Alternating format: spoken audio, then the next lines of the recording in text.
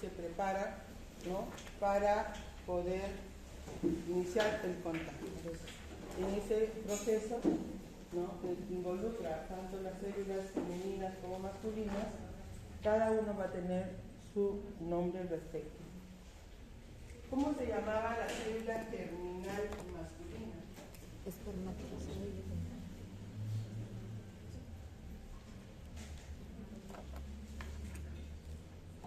¿Cómo se llamaba la célula germinal masculina? Espermatogonia. Espermatogonia es la célula germinativa masculina. Y en el caso del ovocito se llama ovogonia. ¿Cuándo empieza la ovogénesis?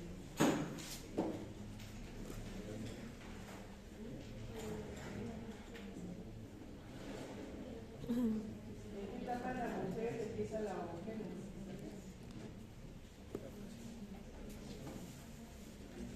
Antes del nacimiento. Antes del nacimiento empieza su desarrollo, los ovocitos. ¿Y en el caso de los varones? ¿En qué etapa empieza la espermatogenesis? Desde que nace.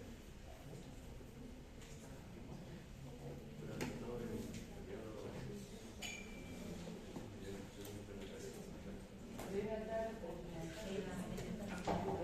En la etapa de la pubertad.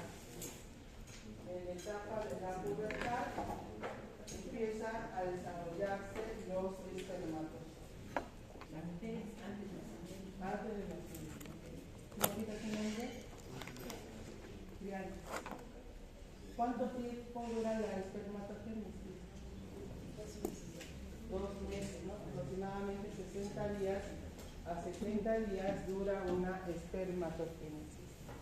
¿Y en las mujeres cuánto dura?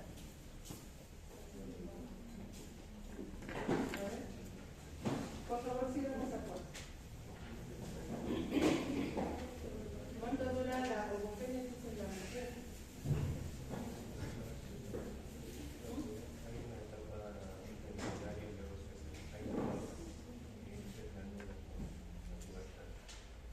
¿Y cuánto? Hasta la menopausia. Se puede prolongar hasta la menopausia. Entonces, eso hay que tener siempre claro, ¿no? O sea, en qué momento inicia, cuándo termina, dónde se lleva a cabo, dónde se lleva a cabo estos procesos. ¿Listo? Vamos ahora a ver primera semana del desarrollo. ¿Qué sucede? Ya habíamos visto en la clase anterior cómo estaban conformados los órganos reproductores. Y acá vamos a hacer un paréntesis, vamos a recordar. Primeramente, decir que los órganos reproductores femeninos están conformados por vagina, el útero, las trompas uterinas y las gónadas, que serían los ovarios. El útero, que es el lugar donde se va a llevar a cabo la implantación, es el lugar donde se va a llevar a cabo el desarrollo del embarazo, va a estar conformado por 3 partes. Una parte del fondo uterino, otra parte del cuello uterino y la parte más amplia sería el cuerpo. Entonces, el útero está dividido en 3 porciones. Como ustedes ven, el útero contiene una cavidad en su interior. Esta cavidad, llamada la cavidad uterina, está revestida por una membrana que va a ser llamado el endometrio. El endometrio, que está formando parte de la capa o pared del útero. Por fuera del endometrio, que es la capa que recubre a la cavidad, está una capa gruesa de tejido muscular. Y este músculo es liso, es decir, que es un músculo de tipo involuntario. ¿Okay? Y por fuera una capa cerosa que lo recubre, que se llama el perimetrio. Esas son las envolturas o la pared que tiene el útero. La capa más interna es la capa funcional, el endometrio, porque es la capa que se va a ir preparando todos los meses en los ciclos reproductores femeninos para poder no estar óptimo y recibir a un producto que ha sido fecundado y que pueda implantarse o anidarse. El endometrio va a tener tres zonas llamadas la capa compacta, la capa esponjosa y la capa basal. La capa más profunda será la capa basal. La capa basal. Entonces, la capa compacta y la capa esponjosa son las capas más superficiales. Son las capas que, llegado el momento en el ciclo reproductor llamado endometrial o menstrual, son las que se van a desprender de esta zona y van a caer con la menstruación. Mas no así la capa basal, que es la capa más profunda, es la capa que está a continuación del músculo. Entonces vamos a ver de qué estructuras encontramos en estas capas. Vamos a ver que en la pared del útero encontraremos varias estructuras. Uno, arterias que van irrigando, que van proliferando, van aumentando el tamaño debido al grosor que va adquiriendo poco a poco el endometrio y van haciendo cada vez más espiraladas. Vamos a encontrar algunas lagunas vasculares que van a ir conteniendo sangre, preparando ese tejido para que cuando el producto de la gestación llegue y encuentre un medio apropiado para poder nutrirse. Y encontraremos glándulas uterinas, varias glándulas uterinas que cada vez se hacen más tortuosas, se hacen más enroscadas y van a ir produciendo secreciones que van a servir de nutrición, como glucógeno, lípidos, van produciendo y van a verter hacia el exterior, porque van a tener un orificio que conectan a la cavidad uterina. Todas estas secreciones producto de las glándulas que cada vez se hacen más tortuosas, se van a ir enroscando para liberar sustancias y llenar toda la cavidad uterina de líquidos y secreciones que van a servir de nutrición cuando llegue el producto que ha sido fecundado. Entonces la pregunta será, ¿qué contienen estas capas? Ya sea la capa compacta, la capa esponjosa y la capa basal. Eso lo tienen que saber. Primeramente, en la capa compacta, que es la más superficial, contiene los orificios, ¿no?, de salida de las glándulas uterinas. De las glándulas uterinas contiene el cuello, estas glándulas uterinas el cuerpo, y los sacos ciegos que tienen estas glándulas van a estar en la capa más profunda. A partir de ahí van a ir proliferando cada mes en los ciclos reproductores. ¿Listo? Entonces ahí tenemos que la capa compacta contiene el cuello de las glándulas, el cuerpo de las glándulas y los sacos ciegos. Estas glándulas están en su capa más profunda. De las tres capas que tiene el endometrio, la capa compacta y la capa esponjosa son la capa funcional.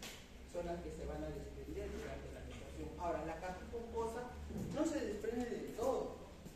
Una pequeña porción de capa esponjosa va a ir quedando junto con capa basal para proliferar en el siguiente ciclo reproductor. Ahora, la trompa uterina, que es un conducto también llamado oviducto, así se llama la trompa uterina, se conecta al interior con su conducto interno, se conecta hacia la cavidad uterina y está adherida en sus extremos. ¿Cuántas partes tiene esta trompa uterina? Tiene 4 porciones. Tiene un orificio que conecta, llamado el orificio uterino, que conecta a la cavidad uterina, y tiene un orificio llamado orificio abdominal, el cual van a haber una serie de prolongaciones, como ustedes ven, a manera de deditos en la parte final de la trompa uterina con su orificio, y estos deditos que tiene la trompa uterina van a ser llamados fimbrias y van a estar ubicados por encima del ovario en esta posición. Constantemente van a estar deslizándose sobre su superficie con la finalidad de atrapar al ovocito cuando éste es expulsado del ovario. Y lo lleva a su interior, que es la forma de un conducto, ¿no? Es un conducto, lo lleva a su interior. ¿Cuántas partes tiene esta trompa uterina? Tenía 4. Esta parte más externa recibe el nombre del infundíbulo y termina con sus fibras. Y ahí está el orificio abdominal. Yo suelo preguntar, ¿en qué parte de la trompa uterina se localiza su orificio abdominal? Pues sabiendo que la trompa uterina va a tener 4 porciones. Esta porción más interna que está en contacto con el útero se llama la porción uterina o la porción intersticial, así se llama. Luego tenemos la parte más delgada que recibe el nombre de istmo, la parte del istmo. Y la parte más amplia, más larga que tiene la trompa uterina recibe el nombre de la ampolla. Esa es la parte más amplia, más ancha y más larga. En total más o menos tiene una medida de 10 centímetros a 12 centímetros la trompa uterina. Entonces ya sabemos que tiene 4 porciones. De todas ellas, en el lugar donde se lleva a cabo la fecundación es en la ampolla, porque es la zona más amplia, más ancha. Ahí se va a llevar a cabo la fecundación. Entonces ahí hemos visto que contiene. Esto es una imagen en fresco para que ustedes puedan ver cómo es las filias. Acá está la superficie abdominal. ¿Qué coloración tienen los ovarios? Tiene una coloración blanca nacarada el ovario. Y vean ustedes cómo se posiciona la trompa uterina sobre la superficie del ovario, ¿no? Y en el cual hay constantes movimientos de deslizamiento sobre su superficie. Esto es el cuerpo uterino, esto es la trompa uterina. Bien.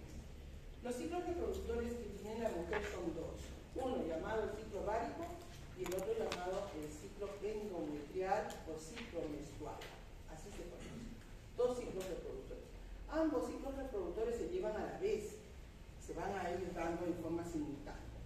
El ciclo endometrial se lleva a cabo en el útero, a nivel del endometrio. Son los cambios que registra el endometrio. Cambios que tiene el endometrio. ¿Listo? Este es el ciclo endometrial y este es el ciclo ovárico. ¿En qué consisten ambos ciclos? En el ciclo ovárico se va a producir la maduración de los folículos. Eso tiene que ver con el ovario. Y el ciclo endometrial son los cambios que tiene el endometrio, ¿no? A medida que van madurando los folículos. Habíamos visto en la clase anterior cómo es que se prepara el ovocito. ¿Qué tipo de folículo será? Es un folículo pequeñito con el cual nace. ¿Cuál tipo de folículo nace la niña?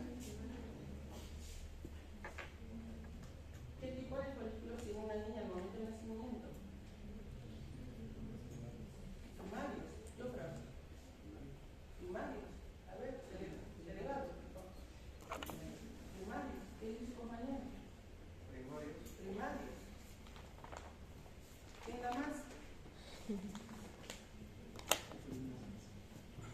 Nacen con folículos primordiales. No son primarios. Son folículos primordiales. ¿En qué consiste un folículo primordial? ¿Qué tipo de ovocito tiene un folículo primordial?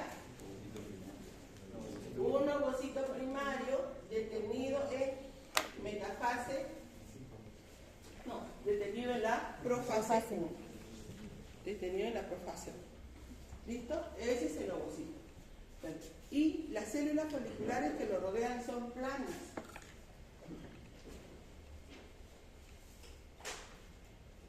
Ese es un folículo primordial. ¿Listo? Entonces, un folículo primordial es un folículo pequeño, son los folículos cuando nace una niña. Y luego estos folículos permanecen así hasta la etapa de la pubertad. Entonces, si una niña se hace un examen de sus folículos ováricos, vamos a ver que vamos a encontrar solamente folículos primordiales, nada más. En la etapa de la pubertad, por acción hormonal, van madurando, van cambiando estos folículos y ya las células foliculares ya no van a ser planas, se van a tornar cúbicas y luego van a ir formando varias capas alrededor del ovocito. ¿Listo? Entonces tenemos el ciclo ovárico.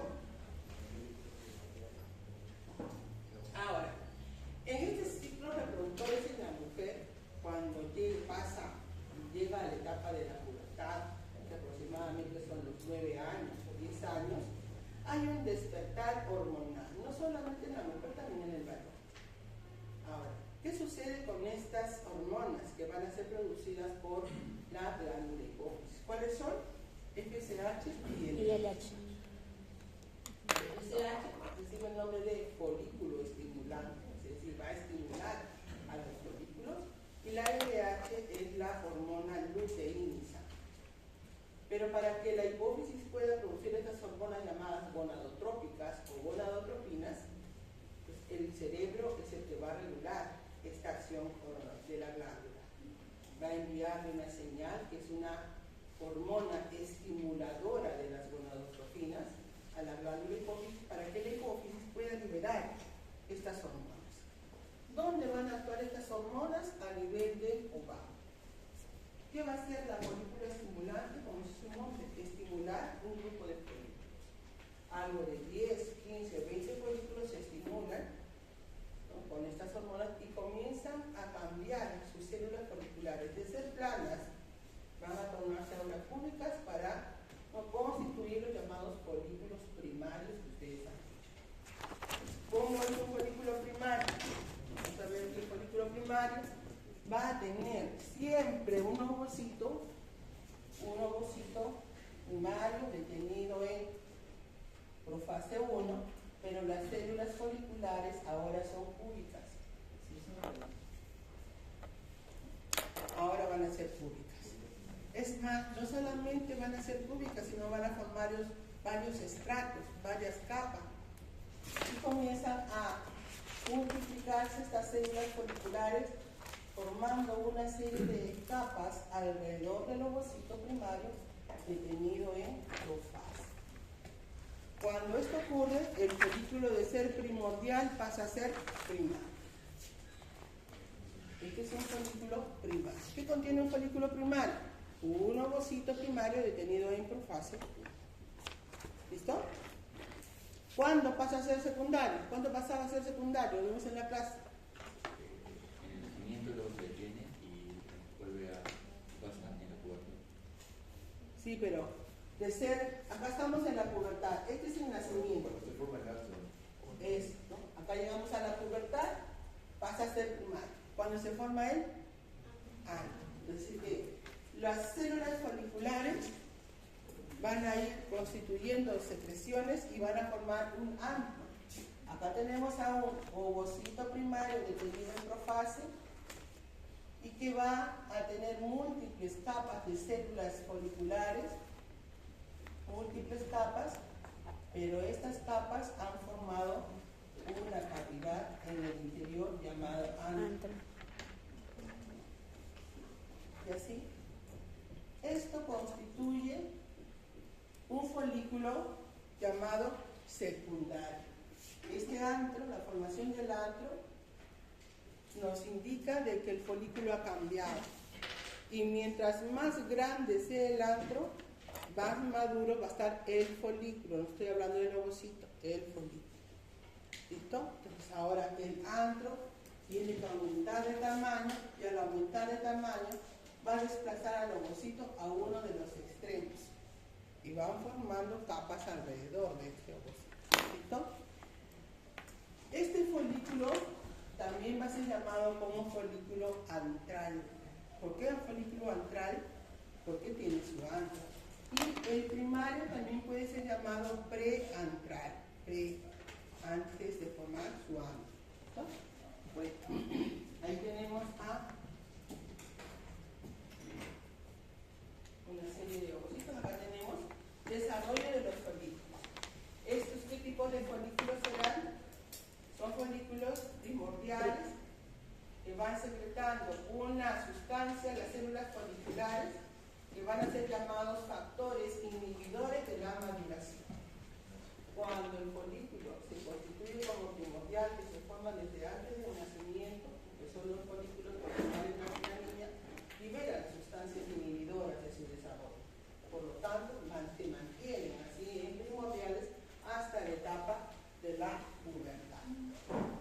Entonces, ¿qué contiene un folículo primordial? Un ovocito primario detenido ¿qué? En profase 1. Al nacer, más o menos en los ovarios deben haber de 600.000 hasta 1.000.000 de folículos primordiales. Pero no todos ellos van a prevalecer hasta la etapa de la pubertad. Muchos van a reabsorberse y van a ir disminuyendo. ¿Cuántos llega a la etapa de la pubertad? Aproximadamente 40.000. 40.000 folículos llegan a esta etapa, de los cuales aproximadamente solamente 400 o 500 son los que van a ovularse, van a continuar su desarrollo. El resto se reabsorbe. ¿Listo? La acción de esta hormona FSH es la que va a permitir pasar de un folículo primordial a un folículo primario. Les decía yo que un grupo de folículos de 10 a 20 folículos son los que se activan por estas hormonas y los que empiezan a desarrollarse y cambiar. Desde el primordial pasarán a ser primarios. Este es un folículo ¿de qué tipo? Primario, ¿no es cierto? Con un ovocito detenido en profase, y acá tenemos ya la formación de un antro, folículo secundario. Ven ustedes, el antro tiene que ser cada vez mayor, y cuando el antro es cada vez más grande, va a ir desplazando al ovocito que está en la parte céntrica a uno de los extremos. Las células foliculares han formado alrededor del ovocito secreciones que van a permitir formar una estructura, una envoltura externa que va a tener el ovocito formado por lípidos, y eso va a ser constituido como la zona pelúcida.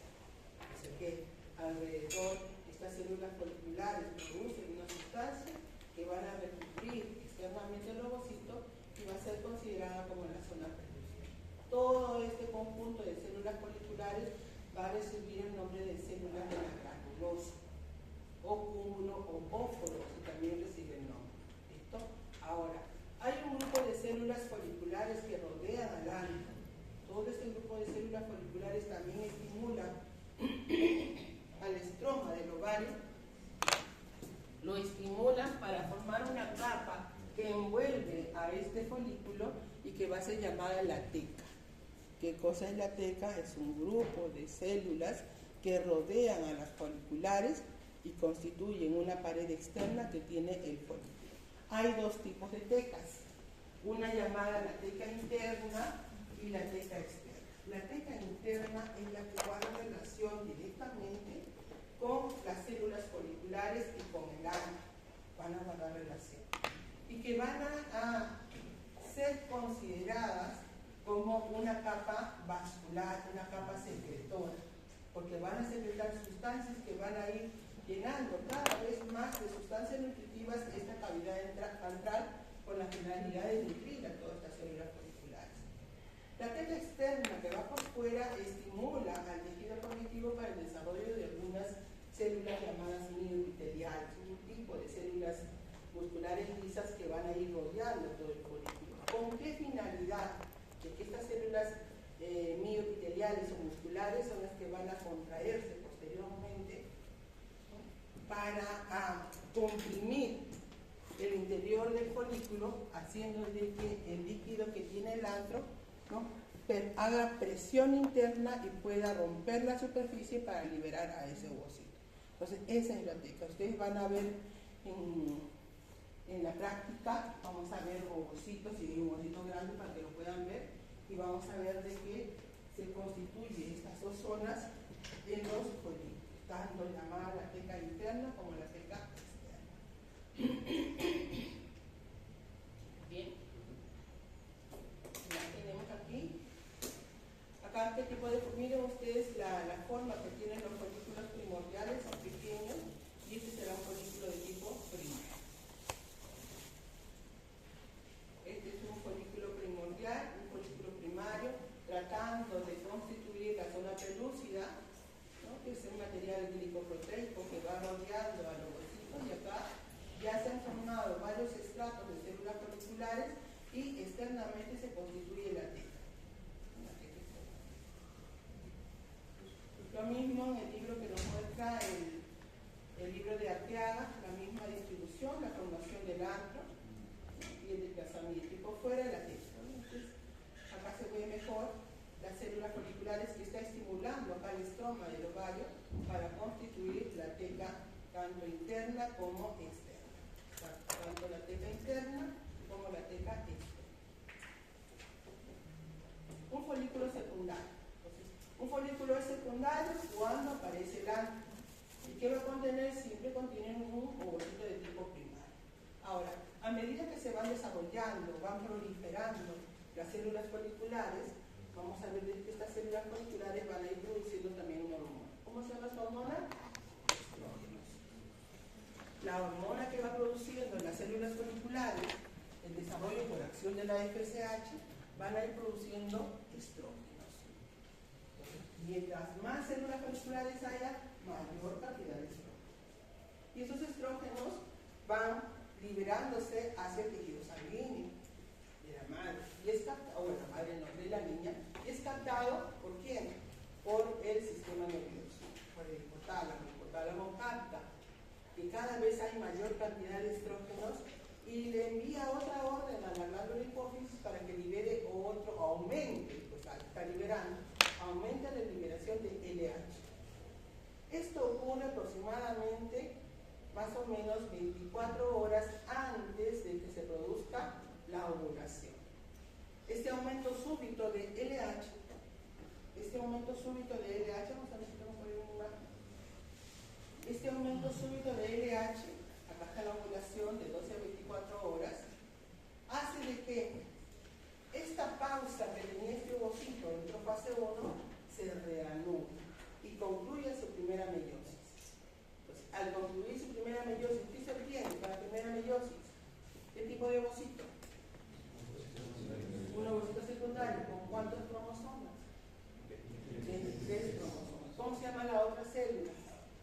Primer corpúsculo polar. Solo se obtiene un ovocito que es funcional y la otra célula es el primer corpúsculo polar. Y esta célula no es funcional, solamente contiene el material genético nada más, que luego se degrada y se reabsorbe. Que puede dividirse también, ¿no? Puede dividirse en dos células, pero al final se reabsorbe. ¿Listo? Entonces, esto ocurre cuando aumenta la LH y hace de que se reanude esta causa del ovocito primario y concluya su primera meiosis y obtenemos un ovocito de tipo secundario. Entonces mi pregunta será, ¿qué tipo de ovocito se libera en la ovulación? Un ovocito secundario, que está iniciando su segunda meiosis, pero también va a hacer una pausa. ¿En qué estadio de la segunda meiosis se hace la pausa? En la metafase 2. Ahí se hace la pausa. Entonces tenemos el ovocito. Acá tenemos al folículo secundario que está produciendo estrógenos. Se ha formado la zona pelúcida formada por glicoproteínas de este tipo, ZPA, B6 y C. Este es un folículo maduro. Vean ustedes cómo se ha desplazado el ovocito a la periferia, se ha constituido la teca alrededor, se ha formado un gran antro, se ha formado acá el cúmulo o óvulo que les había dicho, las células de la granulosa, y esto hace que la superficie del ovario haya una elevación. La formación del antro en una gran capacidad hace de que en la zona del ovario, que está lista a abrir su superficie para llegar al ovocito, se crea una zona elevada para poder no liberar a esa cosa. ¿Listo? La ovulación. La ovulación ocurre aproximadamente a la mitad de un ciclo, el día 14, ¿no? En el cual las células que rodean al ovocito se desprenden desde la pared del folículo y se forma una elevación llamada estigma. ¿Qué cosa es el estigma? La elevación que produce el folículo maduro, llamado folículo de Graf. No suelo usar esos términos porque los epónimos ya no se deben usar. Folículo de Graf es un folículo terciario, un folículo maduro, lo dejamos como folículo maduro, ¿no? Hacen una elevación llamada el estigma. Se libera el cúmulo óforo desde la pared del folículo y este se dirige hacia la zona por compresión de la teca. La teca externa va comprimiendo el interior, aumentando la presión del líquido folicular para, a través del estigma, liberar, ¿no? Romper la superficie y liberar a ese ovocito. ¿Y quién es la responsable de esta liberación? La hormona LH. Inmediatamente que se libera al ovocito, pues vamos a ver que las fimbrias, la trompa uterina capta a este ovocito y lo conduce hacia el interior, junto con el hígado, conduce al interior. Se ha detenido la metafase, a veces con la liberación del ovocito se puede producir un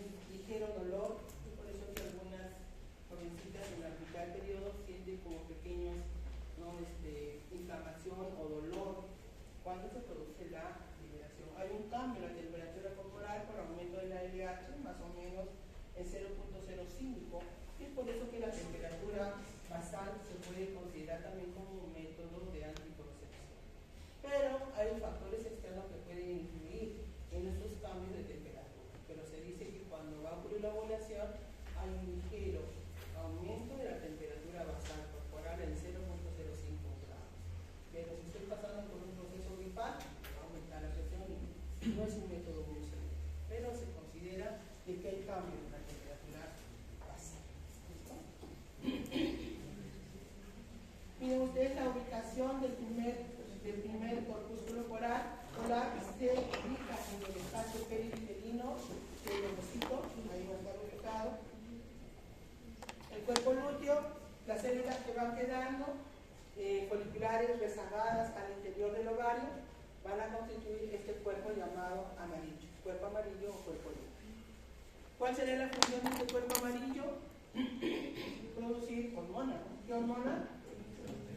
Progesterona y estrógeno, mayormente progesterona. ¿Cuánto tiempo se mantiene activo en el cuerpo lúteo? Aproximadamente 10 a 12 días. 10 a 12 días. Después de ello degenera y se transforma en un cuerpo albicante o cicatriz o cuerpo blanco, una cicatriz, pero si hay gestación se va a mantener activo. ¿Quién estimula? Suelo preguntar en el examen, ¿quién estimula, ¿no? La activación del cuerpo lúteo en la gestación? Esta hormona. Esta hormona es importante. Esta hormona es importante. Esta hormona es la que va a mantener activo al cuerpo lúteo cuando hay una gestación. Solo cuando hay gestación. ¿Por qué se produce cuando hay gestación? Cuando no hay gestación, no hay gestación. El ciclo endometrial son los cambios que tiene el endometrio. ¿Cuáles son esos cambios que tiene el endometrio? Va a pasar por una fase menstrual. ¿Sí? Pasa por una fase menstrual. ¿En qué consiste la fase menstrual? El desprendimiento del endometrio, ¿no? Y la salida de todo el tejido que se ha destrozado del endometrio. ¿Qué es la capa funcional? ¿Cuáles son las capas que se desprenden del endometrio? La capa compacta y la capa compuesta. Gran parte de la capa compuesta. ¿Listo? Ahora, ¿qué sigue a esta etapa, que es la etapa menstrual? ¿Qué sigue? La fase proliferativa. ¿Qué significa eso? Que el endometrio va a proliferar, va a aumentar en grosor. ¿Listo? A partir de la capa basal. Ahora la pregunta será, ¿y cuál de las hormonas son las que regulan esta etapa proliferativa? Si estamos relacionando con el ciclo ovárico, en el cual está habiendo un crecimiento de los folículos por acción de la FSH, estos folículos ¿qué se están produciendo? Estrógenos. Y los estrógenos son los que regulan la primera fase, que es la fase proliferativa. ¿Cuántos días dura esta fase? Aproximadamente 9 días. De un ciclo de 28 días. Esto es relativo, ¿no? Si el ciclo es de 30 días, pues va a durar un día más. Pero por lo general debe durar los 9 primeros días esta fase proliferativa. Posteriormente llegamos a la mitad del ciclo, que es el día 14. El día 14 se está produciendo la ovulación.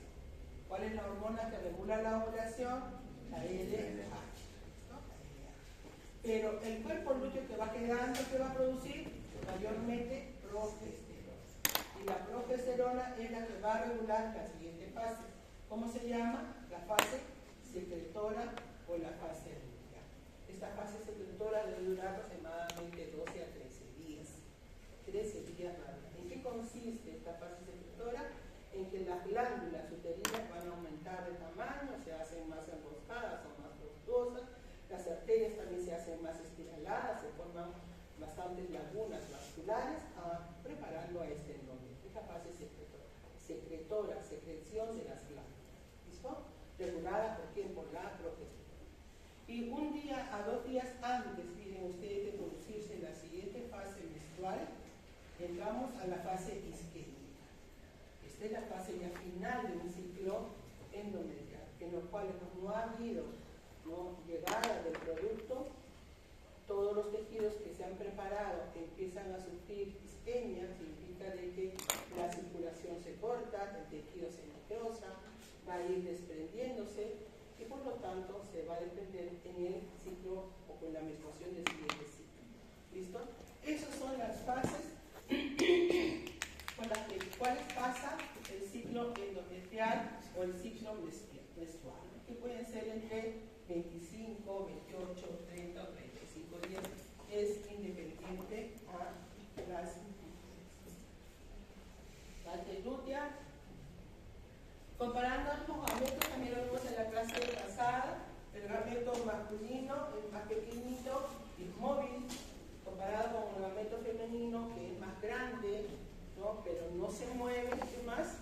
Diremos, está rodeado por múltiples capas de células, el ovocito, ¿no? Principalmente en la zona pelúcida hay un grupo de células foliculares que van a formar la llamada corona radiante, corona radiada alrededor. O sea, ahí lo tiene, corona radiante, ahí, y la zona pelúcida, que son las que van a envolver y proteger al ovocito.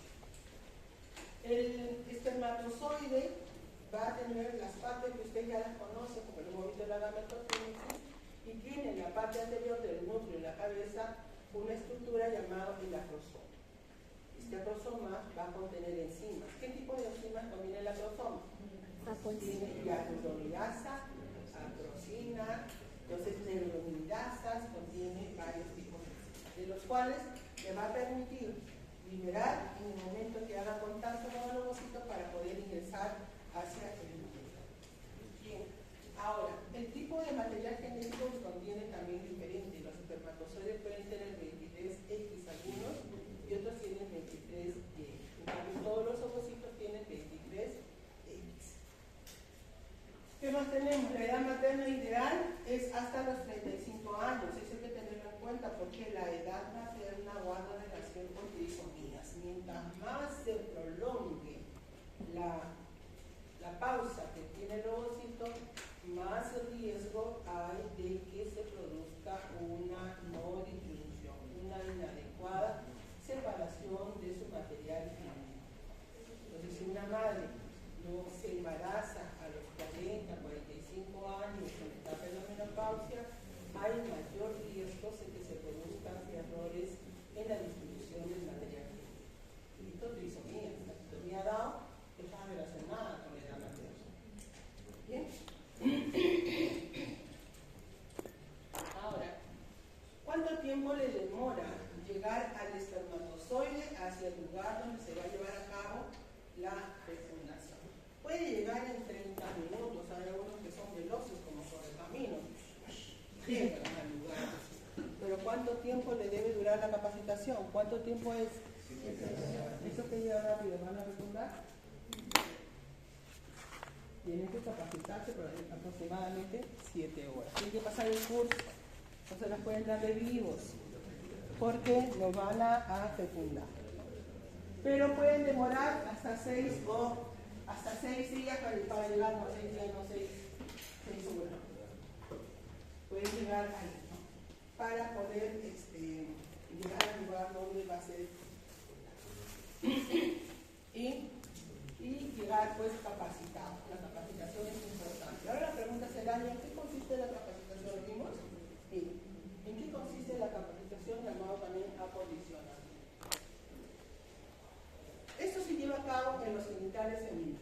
Una vez que se depositan en el fondo vaginal, ¿no? El fondo vaginal es de que es hostil para el espermatozoide, los mata, porque la vagina tiene un pH ácido.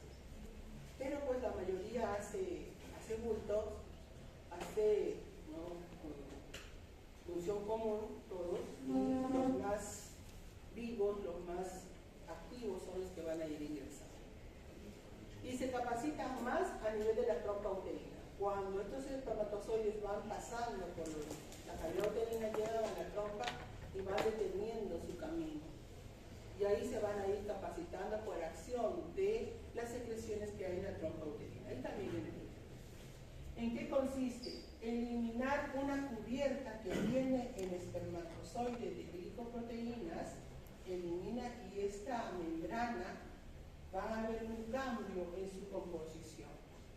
No cambia el espermatozoide, sino cambia sus componentes de membrana, haciendo esta membrana que sea más porosa. O sea, los poros van a ir abriendo como caminitos o zonas en la membrana para poder liberar a las enzimas. Ese es el cambio que va a hacer, no en la forma, no en la morfología, pero sí en su composición de la membrana del espermatozoide. Se hacen más activos, van a llevar a cabo la reacción de zona y van a permitir que a través de esta porosidad pues cambie, ¿no?, esta configuración. ¿Qué más? Dice la membrana plasmática, van a ir depositando estas sustancias. Si hay fecundación, vamos a ver de que empieza un nuevo desarrollo. Y esto va a ser llamado como el cigoto, ¿no? El cigoto es el que inicia una nueva vida y posteriormente ya el desarrollo. Vamos a ver ahora nuestro tema, fecundación. La fecundación no concluye con el ingreso del espermatozoide. El ingreso del espermatozoide al interior del ovocito va a activar al ovocito que está detenido, está pausado. ¿En qué estadio? En metafase. Todavía no hemos obtenido un ovocito maduro. Todavía el ovocito está en proceso de división celular. Todavía no ha terminado su ovogénesis. ¿Cuál es el fin de la ovogénesis? Un ovocito maduro, con la formación de un segundo corpúsculo polar. Pero todavía acá el ovocito está pausado. Ingresa el espermatozoide y esto lo activa. ¿Para qué? Para que concluya su segunda meiosis y obtener el ovocito maduro más un segundo corpúsculo polar. Entonces, ¿cuándo termina la fecundación? Cuando los cromosomas del ovocito y del espermatozoide hacen su recombinación. Se aparean sus cromosomas, se recombinan y forman un solo núcleo, una célula mononucleada, un solo núcleo con una recombinación de material genéticos y se reconstituye el número diploide de cromosomas. Es decir, van a tener 23 pares de cromosomas, 46 cromosomas. Y un par de cromosomas sexuales en dependencia al tipo de espermatozoide que haya ingresado, si es un X o un Y, va a ser determinado el sexo cromosómico. Hoy en día se habla del sexo cromosómico, no del sexo que se evidencia, porque pueden haber mujeres que cuando se hace un estudio de cariotipo tienen un sexo cromosómico masculino. Hemos visto en las Olimpiadas que hubo mucha controversia ahí, la boxeadora, ¿no?, que era mujer, toda su vida creció como mujer, pero cuando se le hizo el examen de cariotipo tiene un sexo, no, una distribución genética masculina. ¿Listo? O sea que no todo lo que vemos es cierto hoy en día, ¿no? Entonces, durante la fecundación se va a determinar el sexo cromosómico. ¿Listo?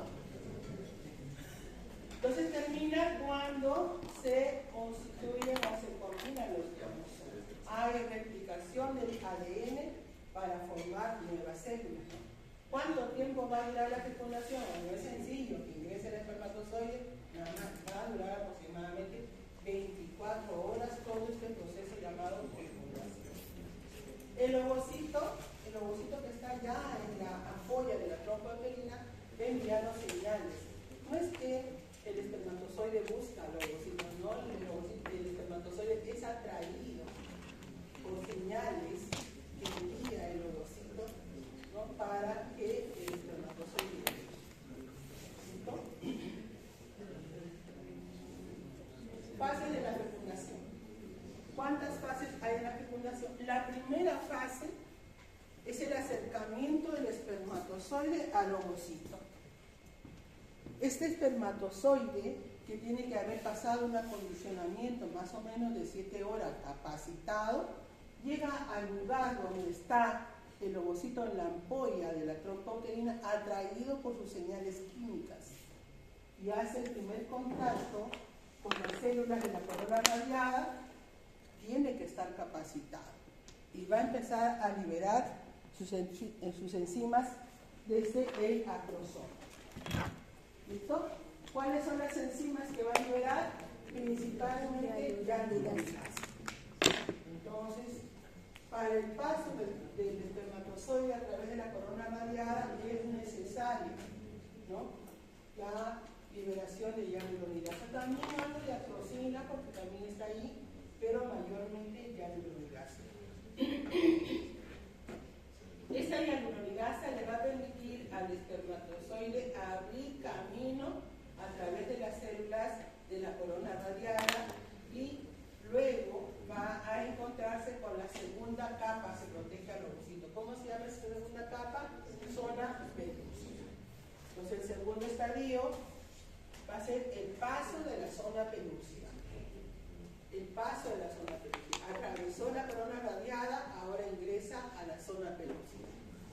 Bien, pero cuando hace contacto el espermatozoide con la zona pelúcida, libera otro tipo de enzimas, principalmente atrocina, pero también puede liberar estegasas o neurominidasas. Hace contacto con la zona pelúcida, se produce lisis de esta zona pelúcida y atraviesa la zona pelúcida para ingresar a la membrana plasmática del ovocito. Cuando esto ocurre, inmediatamente en la membrana plasmática al interior del ovocito se van a movilizar algunos gránulos llamados gránulos corticales. Y ahí los tenemos. Se movilizan estos gránulos al lugar donde se ha llevado a cabo el ingreso o el contacto con la zona pelúcida, van a liberar enzimas lisosómicas y que van a permitir un cambio en la configuración que tiene la zona pelúcida, y ese cambio recibe el nombre de reacción de zona. Entonces, ¿quién provoca la reacción de zona? Los gránulos corticales con las enzimas que van a ir liberando para permitir cambio con la conformación, para que otro espermatozoide que haya podido pasar la corona radiada y haga contacto, pues no ingrese. A pesar de que libera bastante atrocina, ya cambió la configuración y no se le permite ingreso solamente el primero que hizo el contacto. ¿Listo? Bien, entonces se lleva a cabo la reacción de zona, que consiste en el cambio que tiene la configuración de la zona pelúcida por acción de estas enzimas que se liberan y se produce una alteración en la zona pelúcida. Esta reacción de zona, este cambio que se lleva a cabo, que es importante, va a impedir que se forme una polispermia. ¿Qué es una polispermia? El ingreso de dos espermatozoides.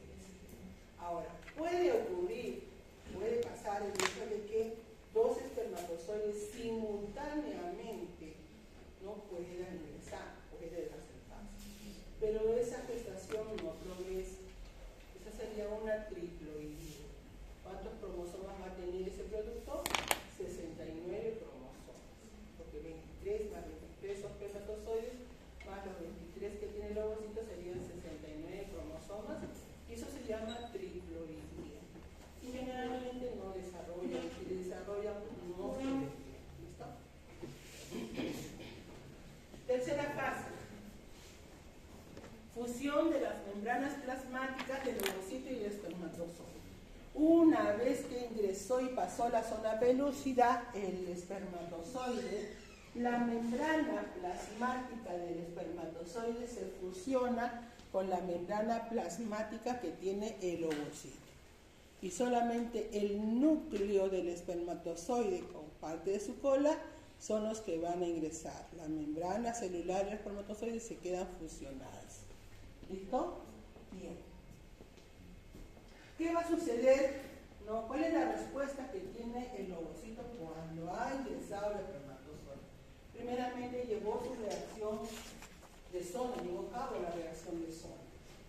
Ha reiniciado su segunda meiosis con el ingreso del espermatozoide al interior del núcleo, que se reanuda su meiosis que estaba detenido en la metafase. ¿Y qué cosa vamos tener un ovocito maduro. Cuando se tiene el ovocito maduro, se forma el llamado pronúcleo femenino. Es un núcleo grande el pronúcleo femenino. Acá ya ingresó y se formó el pronúcleo femenino. Eso es un núcleo de un ovocito de tipo maduro. Y se formó el segundo corpúsculo polar. Concluyó la meiosis, ingresó el espermatozoide. ¿Ok? Bien. Ahora, ¿qué va a suceder en el segundo, en un estadio posterior? Va a concluir la meiosis y se ha formado el pronúcleo. Ahora, ¿qué va a suceder? Miren, en este caso, la cola del espermatozoide se separa y queda el núcleo, un núcleo pequeñito del espermatozoide. ¿Qué tiene que suceder posteriormente? Este núcleo tiene que aumentar de tamaño y colocarse de la misma manera que el núcleo femenino para formar el pronúcleo masculino. Entonces, la siguiente fase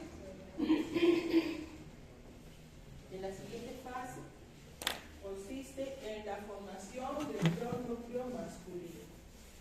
Cuando una célula está conformada por dos pronúcleos, uno femenino y el otro masculino, en ese estadio esta célula va a ser considerada como una ovótida.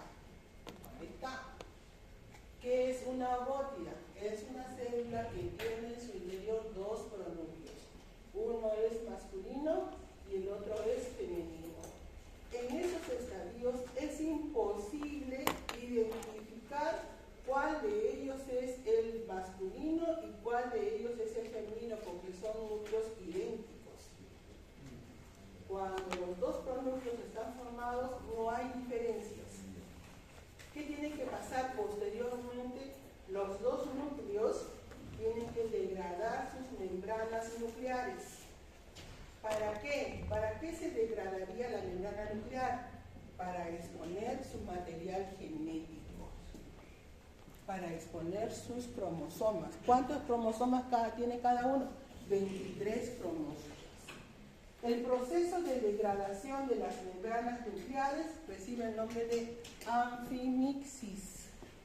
¿En qué consiste la anfimixis? Es el proceso mediante el cual se degradan, se eliminan las membranas nucleares de los dos pronúcleos. Una vez que se degradan estas membranas nucleares, el material genético está liberado. ¿Qué hacen sus cromosomas? Empiezan a mirar sus pares, a buscar sus similares para dirigirse y aparearse sus cromosomas. ¿Ok?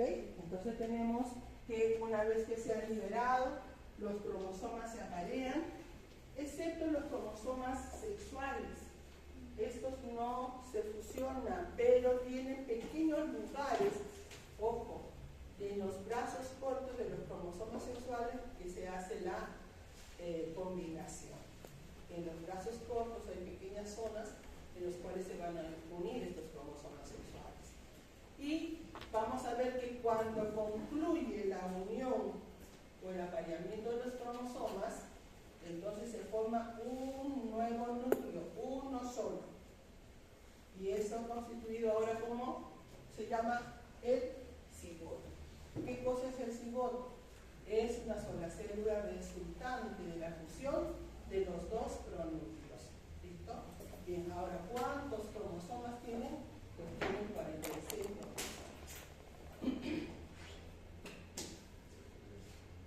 Y la primera segmentación que tiene el cigoto ocurre aproximadamente más o menos 30 horas después de la fecundación. Entonces, ¿cuáles son estas fases de la fecundación? Que ya lo hemos visto. El cigoto es un ser único, independiente, diferente a papá y mamá desde el punto de vista genético. En ello hay una nueva combinación de cromosomas, nueva combinación. Es la base de toda nuestra herencia, es la variabilidad de nuestra especie, es el por qué nos parecemos, tenemos los ojos de la mamá y la forma del cabello del papá, ¿no? Ahí está la variación de nuestra genética, es la combinación o recombinación de estos cromosomas. Bien, entonces con la fecundación se lleva a cabo la finalización de la meiosis del ovocito, se determina el sexo cromosómico, está la variación de la frecuencia y comienza la segmentación. Entonces, ¿cuánto tiempo va a pasar después de la fecundación? 30 horas, para que inicie su segmentación. Cada célula resultante, esta segmentación es por división de tipo mitótica. Cada célula resultante va a ser denominada como blastómero. Pero ojo, cuando, ya voy a terminar. Cuando ingresa el espermatozoide al interior del ovocito no se pierde la zona pelúcida. Recuerden que la zona pelúcida ha cambiado su configuración. Entonces tenemos que alrededor siempre va a haber zona pelúcida y comienza la segmentación. La primera segmentación ocurre 30 horas después de la fecundación, pero cuando se llega a un estadio de 8 o 9 células, estos blastómeros van a ir liberando secreciones que son proteínas de tipo adherinas, van a ir compactándose, adhiriéndose unas con otras. Y eso es la compactación. La compactación ocurre cuando aproximadamente tienen 8 o 9 blastómeros. Cada vez los blastómeros son más pequeños y aproximadamente al tercer día hay más o menos entre 15 y 20 blastómeros. Y eso, o hasta 32 blastómeros. Al tercer día ya tenemos 32 blastómeros. Y en ese estadio, ¿no?, este producto de la fecundación tiene la forma de una pequeña mora, por eso es que se va a llamar mórula. Así que al tercer día ya no es cigoto. ¿Cómo se va a llamar ahora? Blastómero. Todos estos cambios han ocurrido al interior de la trompa uterina. Desde la ampolla, ha habido la fecundación. Este ovocito va a ser arrastrado por movimientos ciliares que tiene el epitelio de la trompa uterina, que tiene cilios que están en este constante barrido por acción de los músculos que tiene la pared y van arrastrando al cigoto hacia la cavidad uterina. Lo van a arrastrar, van formando sus blastómeros y al tercer día ya cambia su apariencia y ahora se va a denominar como mórula. Al cuarto día llega a la cavidad uterina, bajo el estadio de mórula. 4 días le ha demorado transcurrir el interior de la trompa uterina y llega a una cavidad rica en secreciones porque está en un estado proliferativo el endometrio. Por lo tanto, esta mórula empieza a reabsorber estas secreciones que hay en la cavidad uterina y comienza a formarse una cavidad en la parte interna y va a cambiar, ya no se va a llamar ahora mórula, sino se va a llamar blastocisto. ¿Listo? Entonces tenemos que la mórula se dirige al útero y acá tenemos, miren, la zona pelúcida, que es el esquema del libro de Arteaga, los blastómeros, la mórula siempre con su zona pelúcida. Y ahora se ha formado el blastocisto. ¿En qué consiste un blastocisto? Un blastocisto tiene, un grupo de células internas, un grupo de células externas y una cavidad. Eso es un blastocisto. La cavidad recibe el nombre de blastocele. La masa de células internas se va a llamar embrioblasto. Embrioblasto. Esto es el blastocele y esta capa de células externas se van a llamar el trofoblasto. Siempre rodeado por su zona pelúcida. ¿Listo? Este es un blastocisto llamado temprano, no tardío, un blastocisto inmaduro, porque todavía tiene que madurar. ¿Qué día se forma el blastocisto? Al cuarto día que llega a la cavidad. O sea, al quinto día ya tenemos un blastocisto, listo, formado. Y y está reabsorbiendo y está nadando en las secreciones, porque es como todo un mar de secreciones que hay en la cavidad. Está nadando en las secreciones, reabsorbiendo secreciones. Ahora, ¿qué tiene que suceder?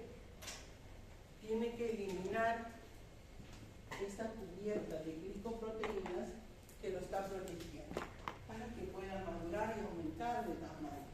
¿Listo? Se lo tenemos ahí. Al cuarto día, formación del blastocisto, llamado también este proceso blastulación o blastorgénesis, ¿no? Miren acá, mórula, zona pelúcida, mórula, esto se llama blastocisto. Acá tenemos la zona pelúcida. Y aproximadamente al día 6 se elimina esa cubierta de glicoproteínas. Inmediatamente el blastocisto aumenta en tamaño, se hace maduro e inicia el contacto con el tejido endometrial. ¿Cuántos días han pasado? 6 días para formar este blastocisto maduro.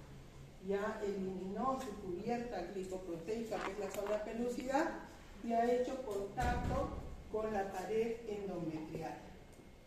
Y ahora tenemos que ver qué cambios ocurren. Los cambios van a ver en el trofoblasto.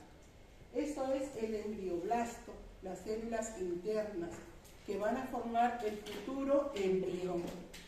Las células del trofoblasto son las que van a formar la futura placenta. ¿Listo? Y la cavidad llamada el blastocele. Ojo, esta cavidad no se lo van a perder. Esta cavidad ahora se llama cavidad o blastocele. Posteriormente se va a llamar cavidad exocelómica. Después va a ser llamado como saco vitelino primario. Después va a ser llamado como saco vitelino secundario. O sea que ahorita lo dejamos como blastocele.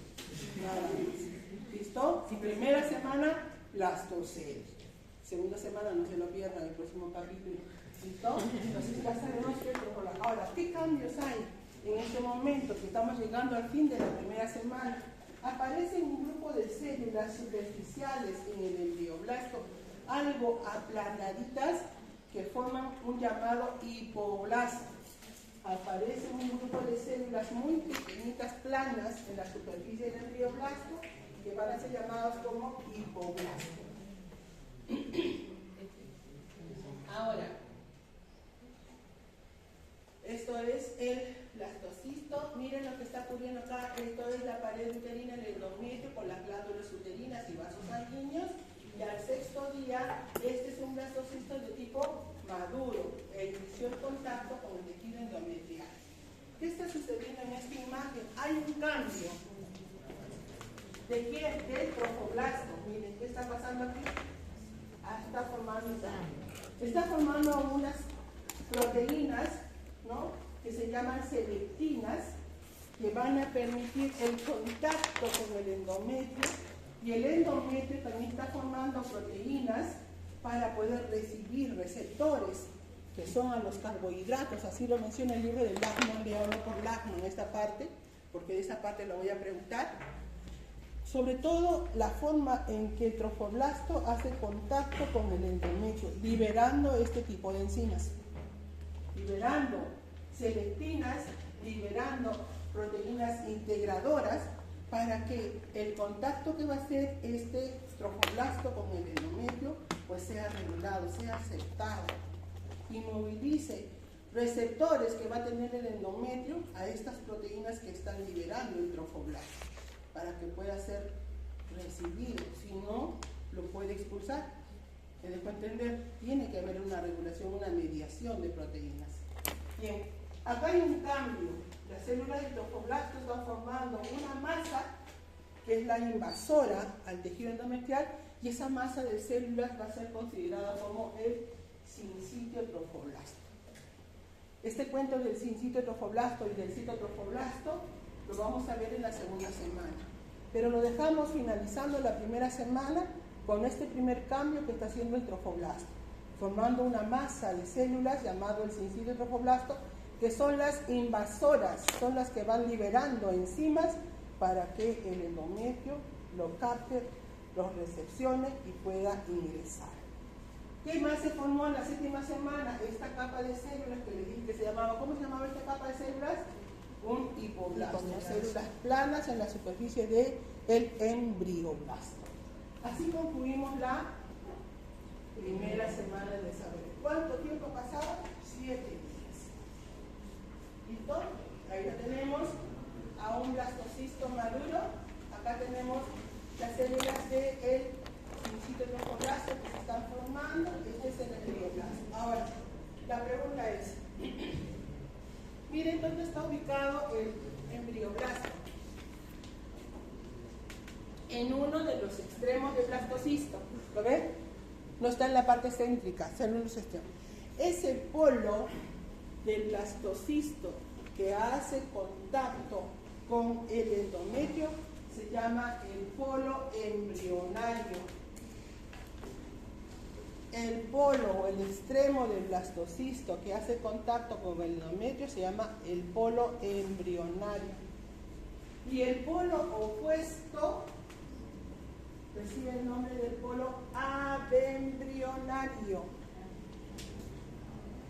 Abembrionario. Entonces, es diferente hablar de polo embrionario que abembrionario. Y lo suelo preguntar, ¿se parece? El polo del blastocisto que hace contacto con el endometrio es el polo abembrionario, ¿no? Es el polo opuesto, ¿no? Ya lo saben. Ahí dice, polo embrionario.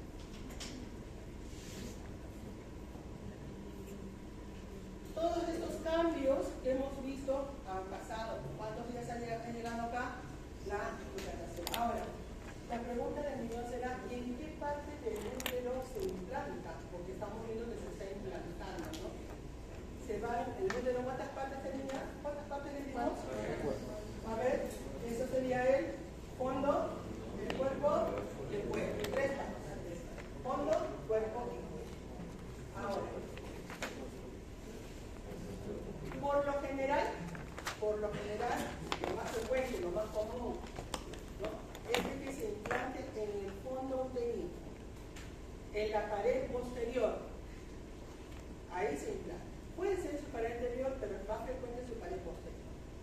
No es muy frecuente que se implante en el cuerpo. Mucho menos frecuente que se implante en el cuello. Lo más frecuente es en el fondo uterino, en la pared posterior. Tiene su porqué. Va a desarrollar la placenta. Si se implanta en la parte baja,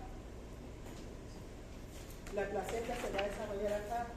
Eso se llama placenta prevista. Se puede causar hemorragias en la mano. ¿Listo? Entonces, lo normal